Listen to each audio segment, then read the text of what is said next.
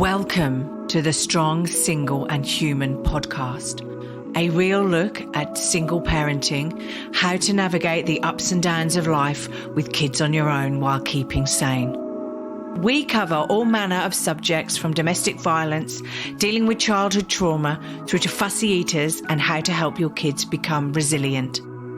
I'm your host, Claire Martin. Welcome. This week's guest, Bracha Goetz, is not your typical Harvard graduate. She's the author of 40 picture books that help children grow spiritually, inspiring each uniquely beautiful soul to shine. Her first published piece was a poem that appeared in McCall's magazine when she won a Junior McCall's contest as a 12-year-old. Years later, she helped coordinate and contribute an essay to the anthology. She helped coordinate and contribute an essay to the anthology Women Look at Biology, Looking at Women. Okay. Anthology. Oh my God, please fuck off and shut up, because I am trying to fucking record. Right. Okay. Her first published piece was a poem that appeared in McCall's magazine when she won a Junior McCall's contest as a 12-year-old. Years later, she helped coordinate and contributed an essay to the anthology Women Look at Biology, Looking at Women, while at Harvard, which became a text in women's studies, which became a text in women's study courses nationwide. In addition, she writes articles for many newspapers and magazines and has had essays published in Chicken Soup for the Soul and anthologies. Fucking hell. In addition, she writes articles for many newspapers and magazines and has had essays published in Chicken Soup for the Soul anthologies and Torn, True Stories for Kids, Career and the Conflict of Modern Mothe. Her books make deep life concepts clear and in a delightfully simple way as children find big ideas in their little worlds. She has penned books on all subjects from swimming safely to promoting personal privacy, as well as promoting and explaining the Jewish faith. She is also the author of a candid memoir for adults about overcoming food addictions joyfully and spiritually. This book is called Searching for God in the Garbage. Wow, so much going on, so many books. Wow, Bracha, welcome. Welcome to the podcast. Thank you so much. Happy to be here. Oh, I cannot get over the number of books you've written. It's like unbelievable. What a number. It's easy. They're very short. Oh. And you know, a picture book, it's so different. I tell people it takes 20 years and 20 minutes to write a picture book.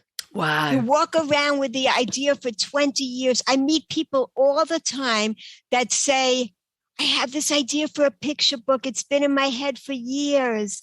And I say, just take 20 minutes and you'll get it down. You'll get like the whole first draft. Just get it out of your head onto the paper and you're practically done. Wow. That's it. Wow. That sounds quicker than doing a podcast and editing it and mastering it and getting it up online. Wow. Maybe I should start doing these picture books. Wow. Exactly. I mean, then, you work on it, but that's it. That's the main thing, getting it out of your head into the world. And I've got to agree with you. I mean, that's sort of that's the same thing for everything, isn't it? Whatever you want to do, get it down on paper and then you can start to work on it, whatever it is. Buying a house, exactly. Doing whatever, get it out of your head and go, right, well, I want to buy a house. Well, what do I want that house to be? How much money do I need? And it's about then creating a plan. So, yeah. Yes. No, that's fair. It makes it real. Yes. Otherwise, it's taking up space, just like everything else. Yes, exactly. And so, look, well, tell us a bit about who you are and how you got to start writing these books, start educating people. Sure. I began searching for the meaning to life at age 12. Okay. Wow. So that's very it was young. Like it was young, but that's when, my body, everything started changing, the hormones, and I just got this awareness, this consciousness raising. Like, is this all there is to life? We just get up every day, we go to work, we make money, we buy food, we go to work, we make money. But like, what's it all for? I just started this searching, and it went on for years. And I searched into different religions. I searched environmentalism, relationships, experimenting with everything. Eventually, I was searching for wisdom. So I figured, then I started doing well in school, and I got into Harvard University. You know about Harvard in Australia? Yes. Yeah. Okay. Yeah, we do. So it's very famous. It's like the place, So I figured, okay, so I'm going to go there. I'm going to find the ultimate wisdom, but it wasn't there either, So so I'm still searching. And then I got disappointed. I felt like, what is it? There is no purpose to life. So as this is going on, I'm getting like eating disordered behavior, like food addictions. And I'm developing these things as I'm searching, desperately searching. And so after graduating from Harvard, and at Harvard, I became like the expert on eating disordered behavior and food addictions. And I'm giving classes and I'm writing about it and everything. And meanwhile, I'm getting sicker and sicker as I'm researching all this. Of course, I was fascinated by it. I had it myself, Yeah. So I've been there. I do know what you mean. So yeah. Exactly. And intellectually understanding it didn't help. That didn't help me to heal. No. Right. Yeah, I agree. Yeah. And you want to know, you just want to know all of the like facets of it all. And and even now, and I'm 50 now, and I sort of feel as though I'm over all of that eating disorder business. But like, even at 50, I'm still fascinated. Like, I'm delving into microbiomes now and all the various different facets of digestion and, how to keep healthy and live longer, basically. Oh, sure. We need that. That's right. Exactly. That's what we need. So that's a whole different perspective. That's coming from a healthy place, So when I went on to medical school after I graduated, I'm studying to be a psychiatrist. Meanwhile, I don't even understand why life is worth living. So in between my first and second year of medical school, I had 6 weeks off and I went to Israel and I came back 10 years later. Wow. So basically, 6 weeks off and then you didn't come back for 10 years. And the reason you went to Israel was... Well, I was searching. Oh, okay. I could it possibly be in my own religion that there is spirituality? I didn't believe it, but I ended up finding, I call it, I found the buried treasure in my own backyard. That's what happened. So when I returned to my roots, which had been thrown away, my parents were Jewish, but they never got an education. Yeah. And they didn't have the wisdom that came with it. So I got cultural parts, but it didn't interest me. And I didn't see any reason to follow those things. So when I started to learn about the life wisdom, that finally nourished my soul.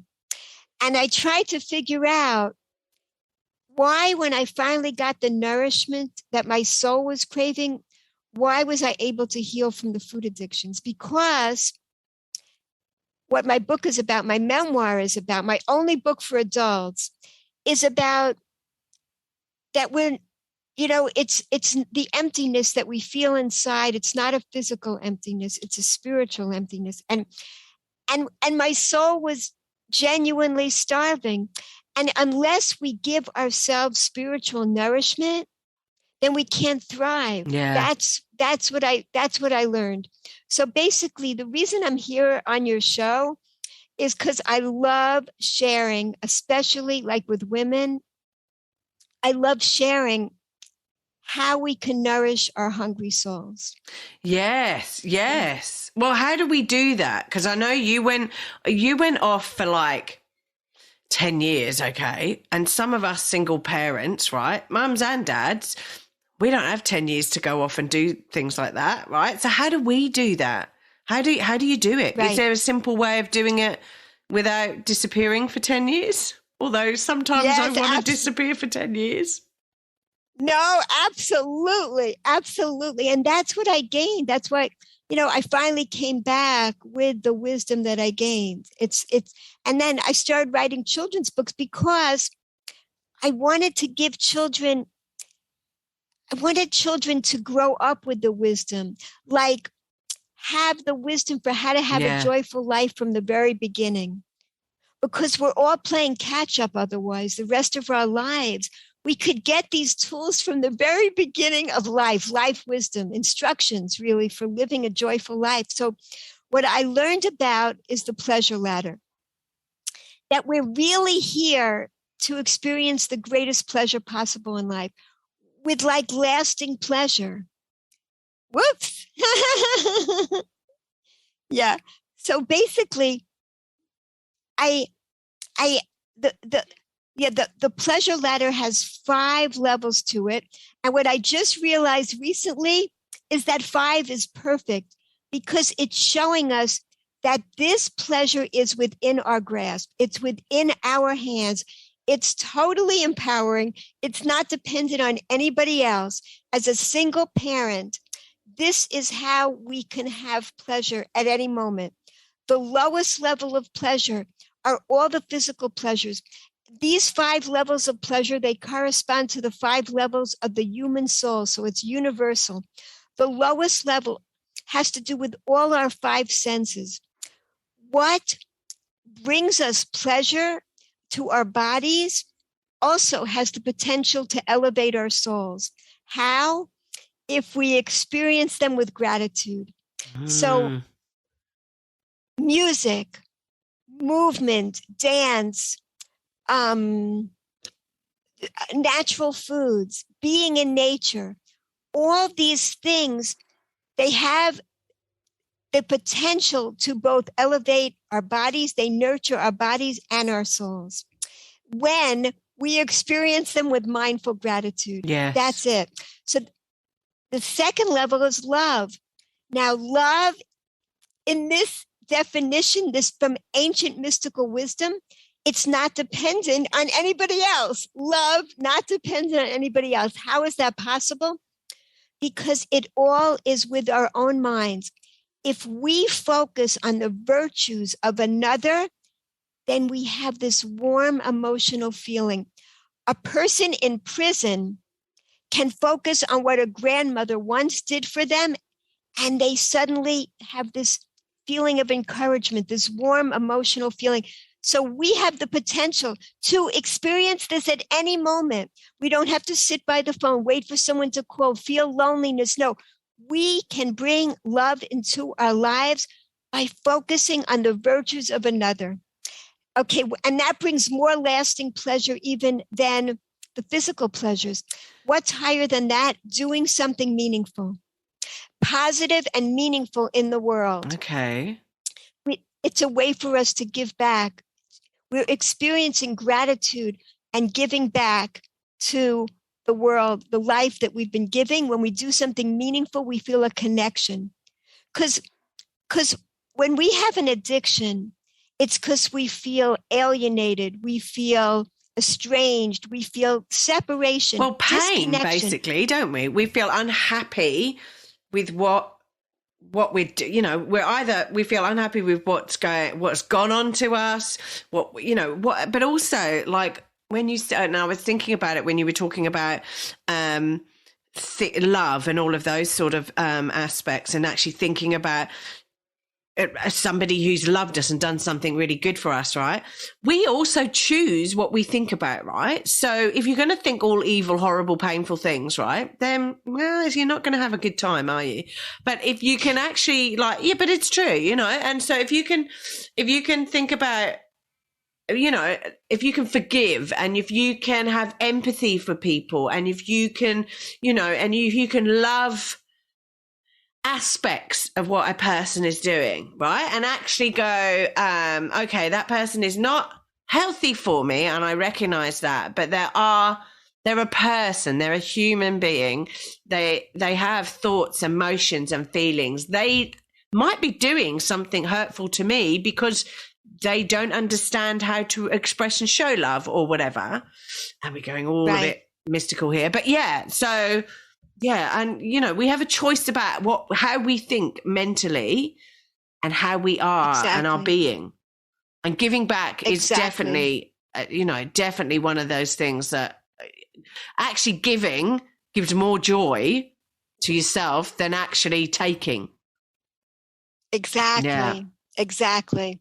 And it nourishes our soul. It helps, it fuels our soul. The top two levels are creativity. That's when we put a unique part of ourselves into the world. It's even, it's an even more lasting pleasure. We don't feel like eating or sleeping when we're in that zone of creativity. It's like such a pleasure. And the highest level is transcendence. That's when we make a crack in a bad habit. We make that first, we do something new and different. We break through, we transcend our own limitations. It's the most glorious feeling. It's also when we lift the veils of separation between us and we see how we're all connected and all connected to source energy. It's also what you experience under a starry, starry night, when you're a part of this greater universe. Yeah. It's so all of these pleasures are available to us at any moment. And when we realize it, it takes us away from that mindset of scarcity, because we overeat, for instance, or engage in any other addiction because we're not getting enough pleasure. We feel we're not getting enough pleasure. And it's true, because if we were really feeling gratitude, we wouldn't be needing to just keep stuffing our faces like that, So it's all within our own hands to fill up on gratitude. Yeah. And do you, so because your book, your adult book, your only adult book, which wow, is Searching for God in the Garbage, right? Which is just a bizarre title, right? But is that what you go into, is those 5 steps and your journey on that? Is that what you cover off? A little bit. Let me tell you, in the book begins at age 12 and it goes to age 32. Wow. And it's almost like a case study, because it's the actual diary entries, the journals, the letters. I put them together, I compiled it, and I filled in the missing pieces. So you actually see me gradually developing the food addictions and then healing. And the healing was through understanding the purpose of life, that we're here to experience the greatest pleasure possible, that's our purpose for being here, which was so mind-opening to me. I didn't understand that at all. And that completely changed my view of life and why people usually develop these food addictions, because feeling out of control, wanting a sense of control, not trusting life. So when you really understand that this whole world was created for our pleasure, that we were really put in this garden, it's filled with the most incredible gifts for us. I love to explain about just one gift, an orange, a simple orange. Wow. Okay. It's green. It's green because it's camouflage. It's not ready for us yet. It's camouflage in the leaves. When it turns bright orange, it's the most beautiful. So it's beautiful to look at. It smells beautiful. It tastes so juicy, and the peel keeps the juiciness in for months. And inside are the seeds of eternity. They become a tree. They become infinite amounts of oranges from these tiny little seeds. It's such a mindfulness experience. Like here we have such an opportunity for gratitude with just one orange, you know? And meanwhile, the world is filled with these gifts for us, but we miss it. We're rushing through. Well, we get distracted by fakeness, don't we? So we get distracted by manufactured sugar and fats, cakes, whatever, you know, like these are manufactured distractions, right? And actually, if we hadn't eaten anything for a week, right, the taste of that orange that you're talking about is going to just be the best thing in the world, right? And it's nourishing, and it has all of the things, vitamin C, and I've got a cold at the moment, as people can probably hear on here. So all of the things that I need at the minute you know, are good for us. And so all that and again, you've got me thinking, because I was, when you were talking about like all the pleasures, the meaning of life is for us to just experience all the pleasures of life, right? The pleasures of life aren't money and having a car, having a nice car, or having a big house, or, I mean, 9 times out of 10, people who sit on their deathbed don't sit there and go, oh, I wish I had a bigger car, or I wish I had that 4-bedroom house. Exactly. They're going, well, I wish I'd spent more time with my children, or I wish I'd said I love you a lot more to a lot more people in my life, or whatever. And it's about that interaction, that connection with the things in our world that give us pleasure. I mean, this is a stupid example for me, but we've just got home from the Gold Coast, and my son, God love him, I got so much pleasure from him trying to be a man. He's 6 and he's waiting to get the luggage off the carousel, right? And he's like, I'll get it, Mum. And he's there and he's trying to be like a little adult. And it just made me laugh, but it gave me so much pride and pleasure, because he's just, you know, he's trying to be grown up before his time, which is a bit sad, but so sweet. You know, he's sort of wanting to look after me as well, which is sort of a bit strange, but nice. So do you know what I mean? It's lovely. Nuts. The small things. And we can savor that joy. Exactly.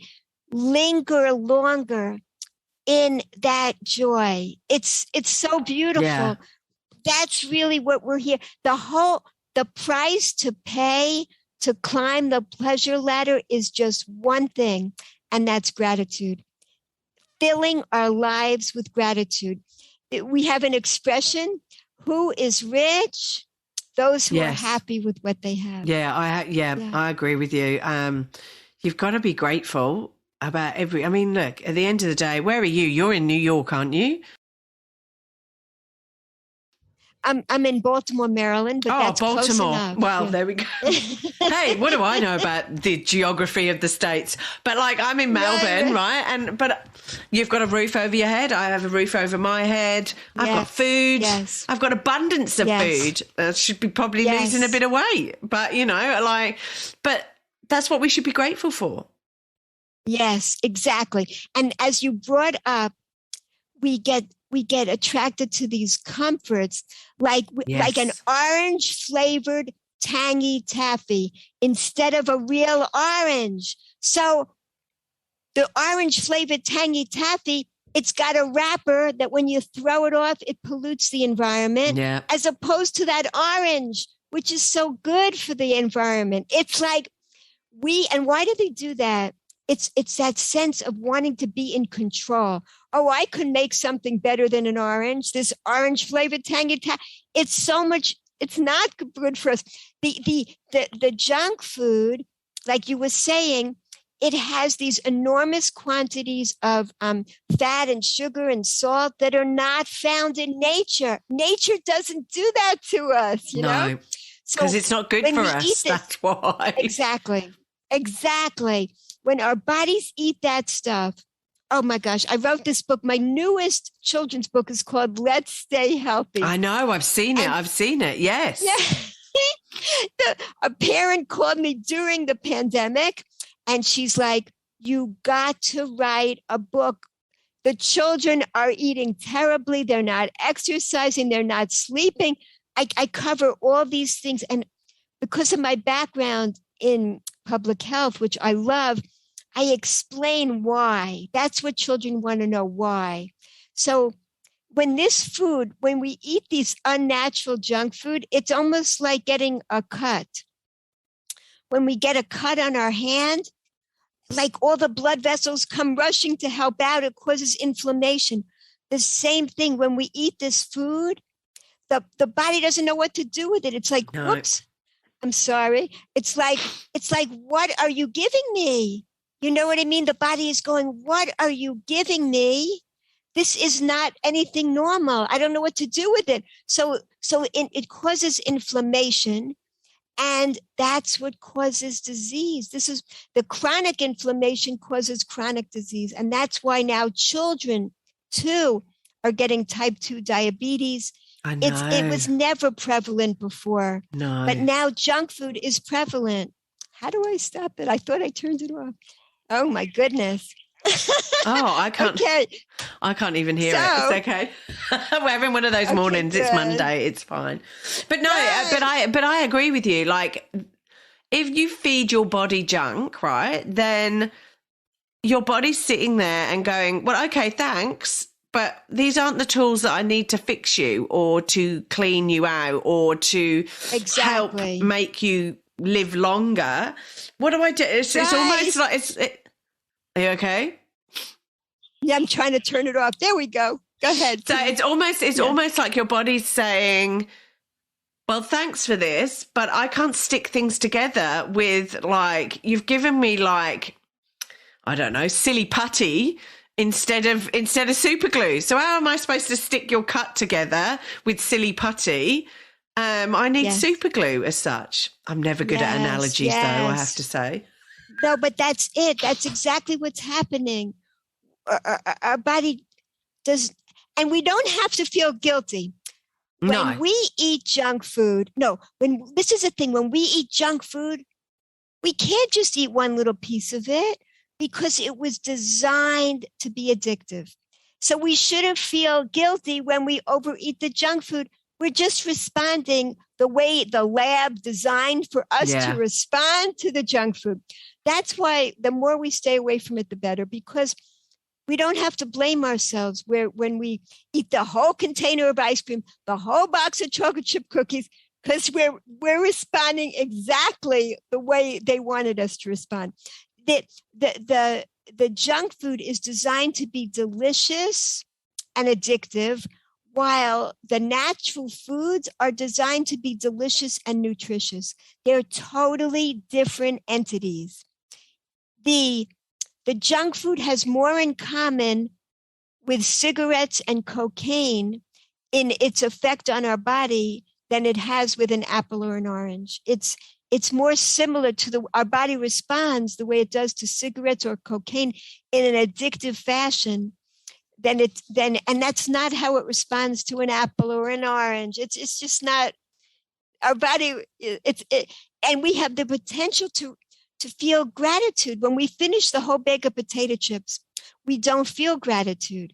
We feel more miserable and more empty. Exactly. And more guilty empty than when we started. And all of the other emotions, because you know it's wrong for you, right? You know eating that bag of potato chips is wrong, right?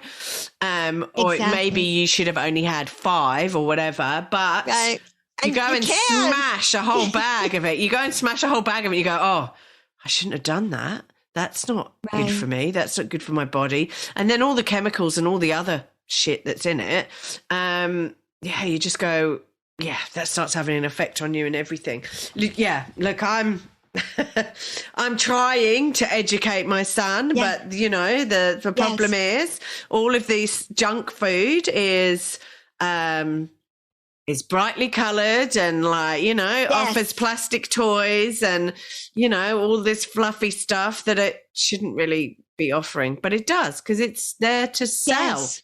They're there to make money out of you and not to make you healthy. And then the pharmaceutical companies, go, great, you're not very healthy because you've been eating all this rubbish. Here we go. Here's a pill. Thanks. We're making money off you as well. Yeah. Excellent. You got it. Totally. We need to take back. It's empowering. Take back the pleasure. Bring it into our lives. Experience the simple pleasures that bring us gratitude. And if we don't buy the stuff, it's not going to be in our houses. You know, that's number one. Keep it in the stores. You know, the ads, though, in the 1980s, the cigarette companies, they started to go downhill because public education for cigarettes got really big. So those executives, I just learned recently, moved into the junk food industry, and that's when the junk food proliferated. So that's when our health went way down. That's when everybody, you know, I think in America, 73% of Americans are overweight. So it's huge. Yeah, no, I agree with you. And the thing is, I'm reading a book at the moment, and I'm thinking it's called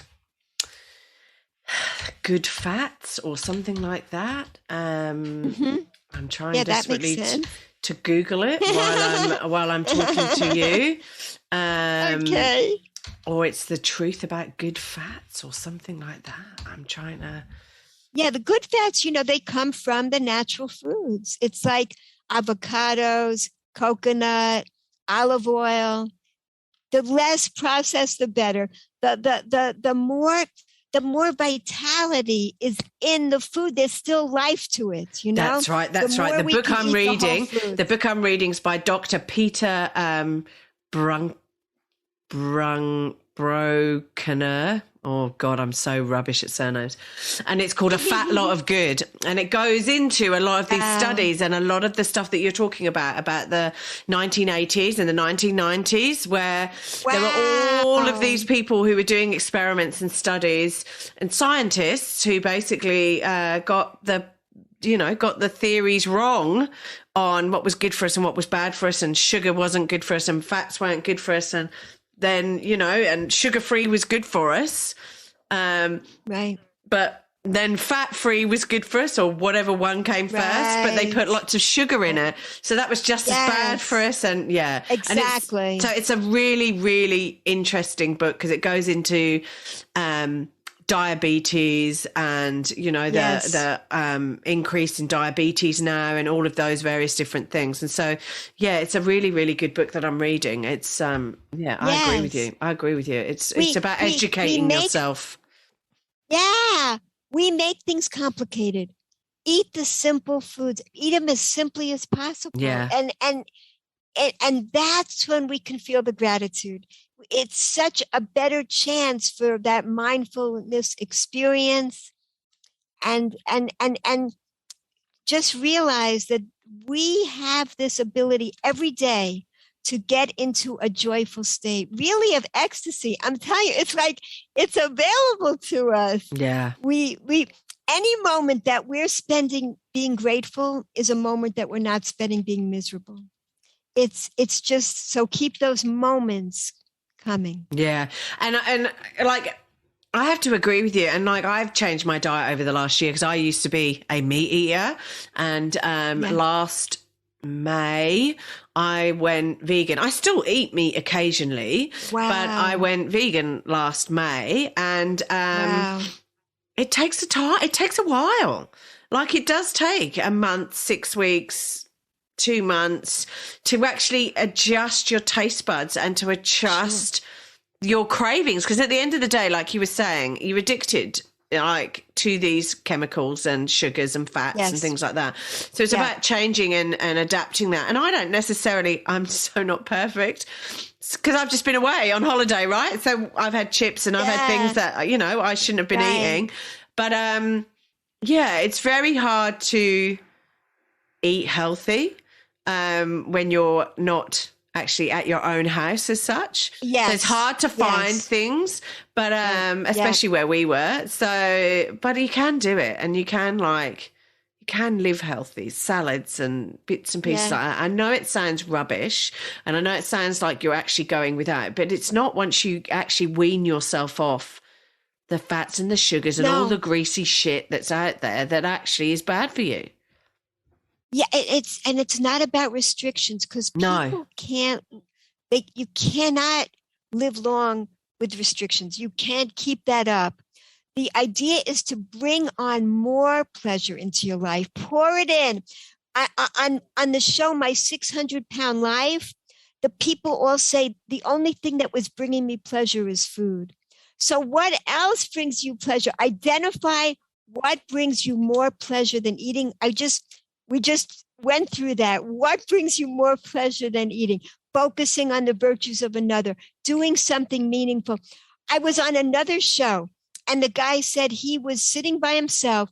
He had 2 slices of pizza, and then he was just going to go through the whole box of pizza by himself. And then someone knocks on his door. He goes, he helps his friend for a couple of minutes. He comes back. He doesn't want the pizza anymore. Puts the rest in the fridge. He felt so good. He just helped someone. It fed his soul. He was no longer feeling that loneliness, disconnection. So this is how we could bring it into our lives at any moment. When you feel like overeating, you can ask yourself, is it my body that's hungry or my soul? And then feed your soul. Start moving, open the window, feel the sunshine, feel the breeze, text somebody what you appreciate about them. The minute you do that, it won't be calling your name. Like the ice cream won't be calling your name as loudly. The potato chips won't be. It's amazing. And you don't even have to do the thing. Just thinking about doing it even changes it. Because you get the neurons firing in your prefrontal cortex instead of your amygdala back here. The amygdala is saying, I got to have this food. I got to eat it right now. And then you get your higher brain saying, wait a minute. Is it my body that's hungry or my soul? If I have 95 more pieces of this chocolate cake, will I then feel full? Because you won't. It won't fill that emptiness because it's not a physical hole. Yeah. It's a spiritual hole. And I know that some people go, oh, I'm going to have this chocolate cake because I'm going on a diet on Monday, or I'm going to go and have this, right? And I sit there and I go, well, hang on a minute. You're an adult. You can have a piece of chocolate cake whenever you want, right? It's not about stopping yourself from doing X, Y, and Z. Maybe you don't have it. And you don't gorge yourself on the Sunday before starting the diet on the Monday or whatever. And maybe you just sort of, do you know what I mean? As people go, oh, I've got to start a diet on Monday. And I do it myself. And so you go, right, I'm going to have all the bad foods, and you label foods good and bad, which is not really right. I'm going to have all the foods that I can't allow myself to have for the next 3 months or whatever, all on Sunday. And then when you're an adult, at the end of the day, if you want that food in 3 weeks' time, then you can have it, but just have a small bit. You can, but that's really hard. I think it's very hard to have a small bit. And that's because it's designed that way. Yeah, that's true. You can't just have one potato chip. That's the whole problem with it. See, people tell me you shouldn't label foods good and bad.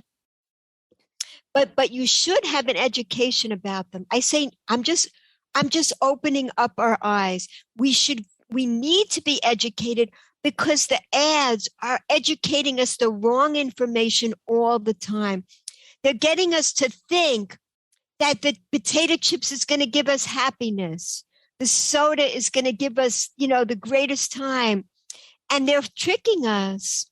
They're totally tricking us. So we have to overcome all that dangerous information. That's really what I feel. It's okay to do that. Well, I don't know if it still happens in America, but like you guys, when you have the Super Bowl, which is like a massive thing for you guys, as soon as like a quarter is finished or whatever, and you go into adverts, like adverts are just like fast foods, Yep. you know, or Totally. beers or whatever, all of those things. Because you're sitting there watching it and it goes to advert and it goes, oh, hello. And it's like a little poke in your brain to go, hello. Totally. Time for some fast food, time for some, and it gets you looking at it going, oh, yeah, I wouldn't mind actually having some of that. Whereas if it wasn't on there, you probably wouldn't have even thought about it. Totally. We're being bombarded all the time. We just don't realize it. Sometimes it's subliminal. Sometimes it's overt. It's just right in our faces. Yeah. So it's fine. It's fine to educate ourselves about what food is really bad for us and what is good for us. I don't have a problem with that. I think it's really helpful and useful because we are little voices with all those big voices telling us the opposite. Yeah. We need to be heard. No, I agree. And it's it's just interesting, all of the psychological mumbo jumbo. And I say mumbo jumbo, but it's not mumbo jumbo, but it's like things like the music that a restaurant plays. I've read a book on like all of the experiments that they did in the 80s and 90s, I think they were. But all the experiments they did on painting restaurants different colors, right? So red, you're supposed to eat more, apparently. Right. Because I don't know, it's that warming, comforting. I don't know. It was a long time ago when I read this book, but yeah. So they did all experiments, right? So they brought people in, painted all of these different rooms, different colors. Purple, blue, green, red, orange, whatever, to see which color enhanced people's eating abilities. Yes. And so, and things like why, when you go to the cinema, the extra large box of popcorn is a little bit cheaper is because you then eat more popcorn, which is salt and all of that. So then you buy a drink with it because you're eating more popcorn and, it's... Yes. And they go, you might as well go for an extra large because extra large is only 60 cents more than, a large or whatever. And then you're overeating, but then overeating salty food, that means that you then get a drink because salty food. And so they sell more. So it's like happy days for the cinema and the popcorn company, but not happy days for you. Exactly. It's all designed to manipulate us. We need to take the power back. We need to take the power back into our lives. I mean, especially for people that are single, this is what is needed. It's extremely empowering to know that you can bring this pleasure into your life at any moment. We have to open our eyes and recognize that. And it's really by living more simply and appreciating what we already have in our lives. Not wishing pleasures over there. No, it's right here. Think of all the body parts that you have right now that are working. It's amazing. Think of all the illnesses you don't have. Think of how your breath, it's giving life. When you breathe out, you're giving life to all the vegetation. The vegetation's giving life to you. There are such amazing things going on at every moment. We just have to open our eyes and we can experience that. Yeah, no, I agree. So, hey, look, how do people, if people want to learn more about the books and things like that you've actually written, how do they get in contact with you? How do they look at all of your books that you've written and find more information? My youngest children have designed this amazing website. So they'll be thrilled if you visit it, getzbookshop.com. And Goetz is spelled Goetz. And it's fantastic. It's an awesome website. And that's where all my books are. And new books are coming out all the time. They're in process and it's really exciting. So this is how we can change the world and add more joy, because that's what we need, especially for children. Children, when you write a children's book, it's really funny. People don't realize this. Everybody reads it because the little children read it, The adults are reading it. Even grandparents are reading it to them. And then teenagers, they find it lying around the house. They pick it up when no one's looking. So everybody reads this book. You can reach every age. And this is how we change the world. One book at a time. That's such a nice philosophy. Okay, that's cool. And you're also on Amazon though as well, aren't you? From what I can see. Yeah.